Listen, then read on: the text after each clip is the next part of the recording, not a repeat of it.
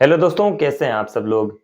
दोस्तों, आदिल दुर्रानी जो राखी सावंत के पति हैं, फिलहाल उनके ऊपर मुसीबत पड़ गई है और राखी सावंत ने उनके खिलाफ में एक मुकदमा दर्ज कराया है, जिसके बाद में पुलिस ने आदिल को पुलिस थाने बुलाया और उनको वहां से गिरफ्तार कर लिया। अब क्या है ये पूरा मामला और राखी सावंत ने ऐसी कौन-सी धाराएँ उनके ऊपर लगाई है? क्या आरोप उनके खिलाफ लगे हैं? दोस्तों, बात करेंगे उसी के बारे में। लेकिन दोस्तों, अगर आप हमारे चैनल पे नए हैं तो हमारे चैनल को सब्सक्राइब ज़रूर करें और बेल आइकन को ज़रूर प्रेस करें। दोस्तों, राखी सावंत और आदिल ने अभी कुछ समय पहले ही शादी की थी।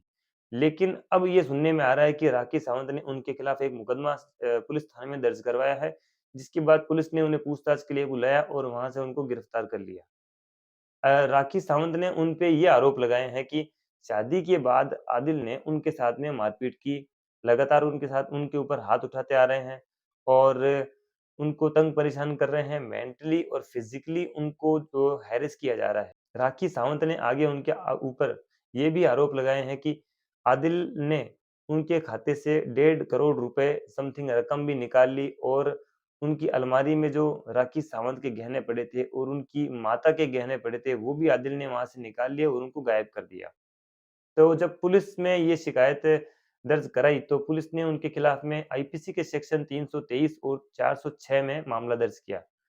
दोस्तों, हमारा ये वीडियो बनाने का उद्देश्य ये है कि हम उन धाराओं के बारे में डिस्कस करें और जानें कि जब इस तरह की धाराएँ लगती है, तो फिर पुलिस किस तरह से एक्शन लेती है और उन्हें हमारे खिलाफ किस तरह से यूज़ किया जाता है और हमारे पास किस तरह से राइट्स होते हैं, उन धाराओं से बचने के लिए।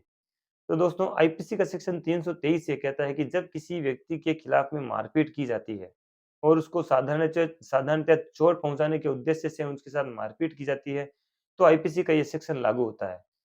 याद रखिए, इस सेक्शन में जो चोट की प्रकृति है वो बिल्कुल सिंपल होती है। गहरी और भयानक चोट इस तरह के सेक्शन में नहीं आती है। मसलन हम अगर उदाहरण के तौर पे देखें तो किसी को थप्पड़ मारना या किसी को धक्का देना या किसी को हल्का मुक्का मारना, जिससे कि उसको हल्की-फुल्की चोटें आएँ, हल्का-फुल्का उसके शरीर पे निशान पड़े।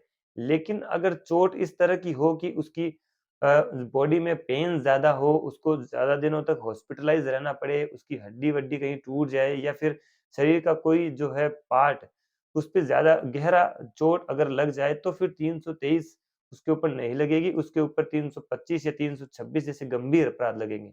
लेकिन यहाँ पे हम बात करेंगे 323 की, तो 323 में सिर्फ़ और सिर्फ़ साधारण चोट जब लगती है, तो आईपीसी का सेक्शन 323 वहाँ पे पुलिस द्वारा लगाया जाता है।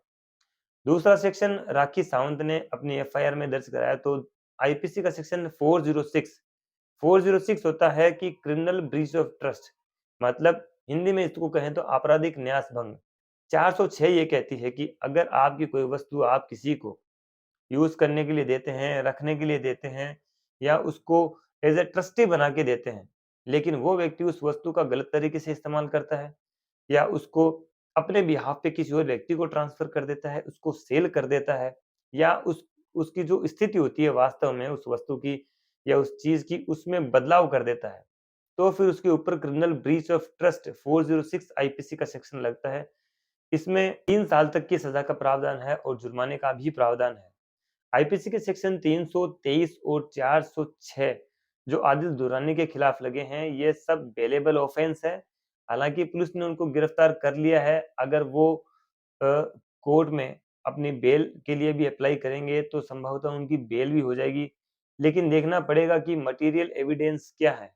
अगर अमाउंट बड़ा है, एक बड़े अमाउंट की हेरा-फेरी का मामला अगर सामने आता है और लगातार राखी सावंत को मेंटली और फिज़िकली हैरेस करने का मामला सामने आता है, तो हो सकता है कि कोर्ट उनकी ज़मानत को खारिज भी कर दे। अगर वहाँ से आदिल की ज़मानत या बेल डिसमिस हो जाती है, तो फिर वहाँ से उनके पास में सेशन कोर्ट में भी जाने का रास्ता है। सेशन कोर्ट से वो अपनी बेल करवा सकते हैं। अगर सेशन कोर्ट भी उनकी बेल को रिजेक्ट कर दे, तो फिर वो हाई कोर्ट से अपनी बेल करवा सकते हैं। तो दोस्तों, उम्मीद करता हूँ कि आईपीसी के दोनों सेक्शन के बारे में चीज़ें क्लियर हुई होंगी। लेकिन उसके बाद भी अगर आपको कोई डाउट है, कोई क्वेरी है, कोई सवाल है आपका, तो आप हमें कमेंट बॉक्स में मेंशन ज़रूर कर सकते हैं। दोस्तों, आपको वीडियो कैसा लगा? अगर अच्छा लगा तो इसको लाइक और शेयर करिए और तब तक के लिए बने रहिए हमारे साथ में। जय हिंद।